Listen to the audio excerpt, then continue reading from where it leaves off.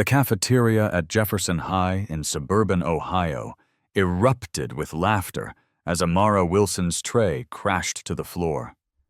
Mac and cheese splattering her worn sneakers, Lauren Prescott loomed above, blonde hair gleaming, green eyes sharp with malice. "Oops, didn't see you there," she sneered, voice dripping with mock innocence. Amara, a black American senior, new to this predominantly white school, knelt to clean the mess, jaw clenched, heart pounding. The crowd's jeers cut deep, but she stayed silent. She'd learned long ago that reacting only fed their fire. 3 weeks earlier, Amara had arrived at Jefferson High, her family fleeing Cleveland's inner city to escape soaring rents and a neighborhood too rough for her younger brother, Jamal. She'd been the new kid too many times, shuffled through schools as her parents chased stability. Her hazel eyes hid a quiet strength forged in her father's garage, where she shadowboxed to channel anger. A former amateur boxer, he'd taught her discipline. You don't start fights, Amara, but you finish them. At Jefferson, ruled by Lauren's empire of fear, Amara wanted to blend in and graduate. But Lauren, flanked by Chloe, a sharp-tongued cheerleader, Ryan, a volatile lacrosse captain, and Tara, a reserved artist, fueling Lauren's schemes, saw Amara's silence as defiance. The attacks came fast. Whispers slithered through the halls. New girls on welfare. Chloe's rumors about Amara's broke family spread like wildfire. Ryan tripped her in gym laughing as she stumbled Tara's caricature. Amara, with exaggerated lips, went viral in the group chat, racking up cruel emojis. Amara endured her mother's words echoing. You don't owe them anything. A nurse working double shifts. Her mother saw the strain in Amara's eyes, but urged resilience. Each night, Amara punched the heavy bag, her anger a fire she kept controlled. Jamal, her 12-year-old brother, watched her train eyes wide. You're like a superhero, Amara. His words made her smile, grounding her resolve. Lauren's cruelty was personal. At home, her parents demanded perfection, straight A's, flawless cheer, routines, an Ivy League future. Her father, a corporate lawyer, praised her dominance. Her mother, a former pageant queen, critiqued every flaw. Lauren filled the void by controlling others. But Amara's unyielding spirit gnawed at her. She thinks she's better than us, Lauren hissed to Chloe, voice trembling. Tara, sketching silently, saw Lauren's cracks, but stayed loyal. Mocked in middle school for her mixed Latina white heritage. Tara clung to Lauren's protection, though each cruel sketch deepened her guilt. By week 4, the bullying escalated. Chloe swapped Amara's history essay for a blank page, earning her a 0. Ryan shoved her into a locker, bruising her shoulder. Tara's sketches grew vicious. One showed Amara as a criminal in handcuffs, shared with hashtags like #Jefferson. Outsider teachers dismissed it as kids being kids. Amara journaled her pain. They want me small. I'm not small. But the strain grew. Late at night, she stared at her reflection, whispering, "Why me?" Her resolve wavered, but she clung to her father's lessons, punching the bag until her knuckles ached. Week 5 brought deeper wounds. Chloe spread a rumor that Amara's family was stealing from welfare, turning curious glances into hostile stares. Ryan defaced her locker with a slur, the ink stark against metal. Tara's latest sketch, Amara begging for scraps, circulated with cruel captions. Alone, in her room, Amara clutched her journal, tears falling. "I'm tired," she wrote. "I want to scream, to fight, but what if I lose myself?" She slammed the book shut, breath ragged. That night she sat with her mother in their small kitchen, voice breaking mom. What if I'm not strong enough?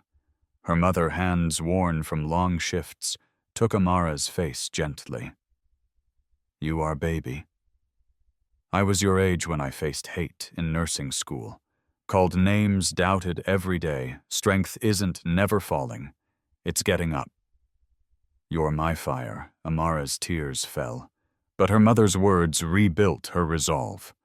The breaking point came in week 6. During a school assembly, Chloe hacked the projector to display Tara's latest caricature, Amara as a charity case, with grotesque features.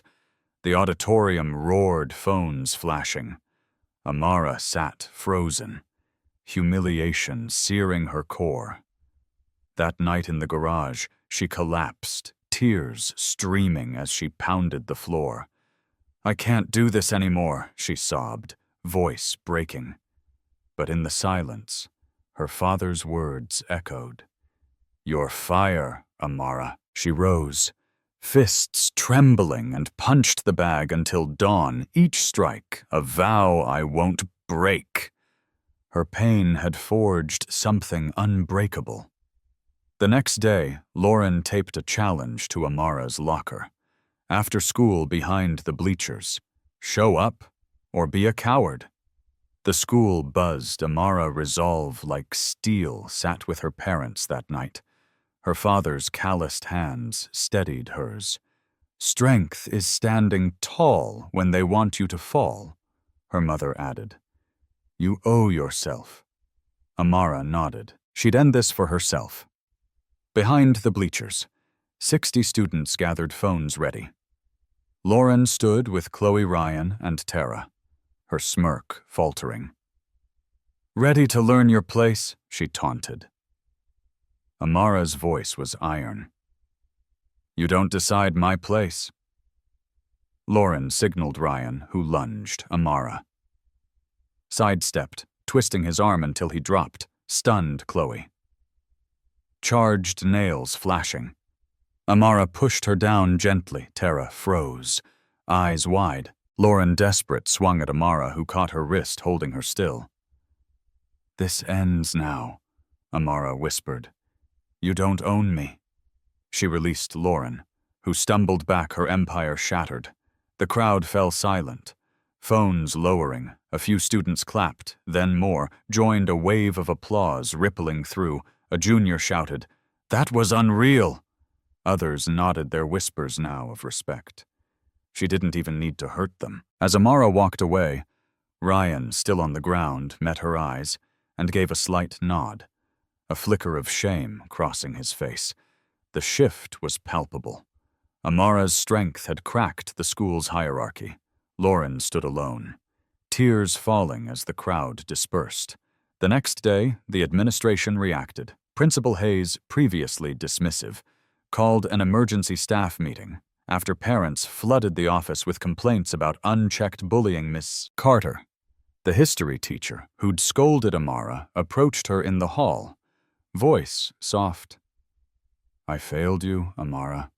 I'm sorry. The faculty's acknowledgement signaled a shift in the school's power structure, no longer blind to the culture Lauren had exploited. That night, Lauren sat in her room, her mother's voice sharp. You're a failure, alone. Lauren crumpled, sobbing her facade, collapsing. The weight of her parents' expectations crushed her, and she saw her cruelty reflected in her own pain. I'm not strong, she whispered, the realization a spark of change. Days later, she met a counselor, voice raw. I hurt people to feel strong. The counselor urged mediation, but her first session was rough. A younger student dismissed her, muttering, You're just the bully. Lauren left tears burning, but returned determined. Jefferson High was different now. Lauren was a shadow. Her crew scattered. Chloe sought new allies. Ryan avoided Amara. Tara slipped an apology note into Amara's locker. I was scared. I'm sorry. In art class. Tara stood, voice shaking. I drew those sketches. I was wrong. Amara didn't deserve it. The class was silent, some nodding in respect. Weeks later, in a hallway. Incident where a freshman was teased, Chloe hesitated, then stepped forward, saying to the bully, "Back off!" Her glance at Amara held regret, a silent apology. Over 3 months, Jefferson transformed. Lauren's mediation work grew. One day, she saw a quiet freshman, Min, cornered by older students mocking his accent. Lauren stepped in, voice firm. "Leave him alone." The bullies backed off, stunned, and Min's grateful smile lingered in Lauren's mind, a sign her heart was changing. Lauren met Amara's eyes in the hall, offering a nod. Small but real. Chloe's influence faded. Ryan focused on lacrosse, and Tara's art club became a haven, her new sketches celebrating diversity, including Amara's portrait. Amara earned a college scholarship, her social work dream in reach.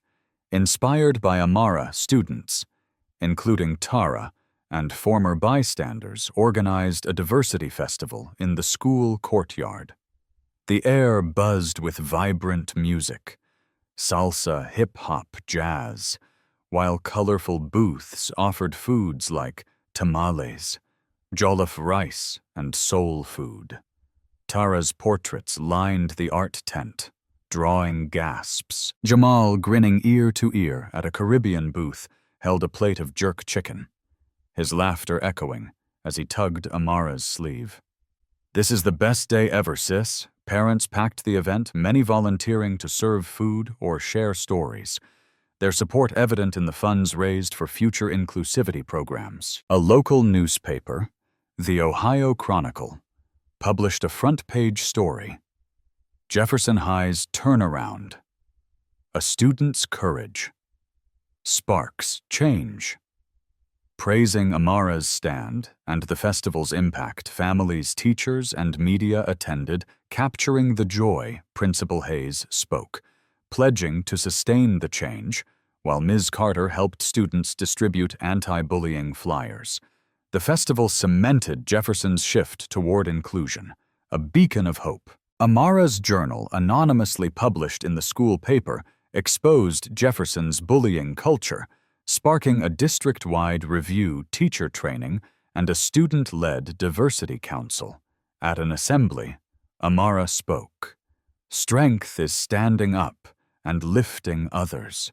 The crowd applauded Lauren, clapping softly. The hierarchy dissolved, replaced by respect for those who rose without tearing others down. Before graduation, Lauren sat in the counselor's office drafting an anti-bullying policy for the Diversity Council. Her pen paused as she reflected. "I used to think power was control. Now I know it's helping others heal." Her work with younger students like Min and the council marked her redemption, a quiet transformation. Tara's club flourished, and she and Amara shared a nod of understanding. At graduation, Amara crossed the stage, her family cheering, Jamal's eyes shining with pride as he shouted, "You're the best, sis!" As Amara stepped down, Lauren approached her voice, low but steady. "You showed me what strength really is. Thank you." She offered a small handmade card, a gesture of amends. Amara nodded, a quiet closure settling between them. That night, Amara sat in her room opening her journal. She wrote, her pen steady. "This is just the beginning." The words glowed on the page, a promise of battles, yet to come her fire. Undimmed. What about you? Have you faced a Lauren? Would you confront them like Amara, or find another path? Share your story. Let's talk about what strength means to you. If Amara's courage inspires you, pass this on. Change starts with us.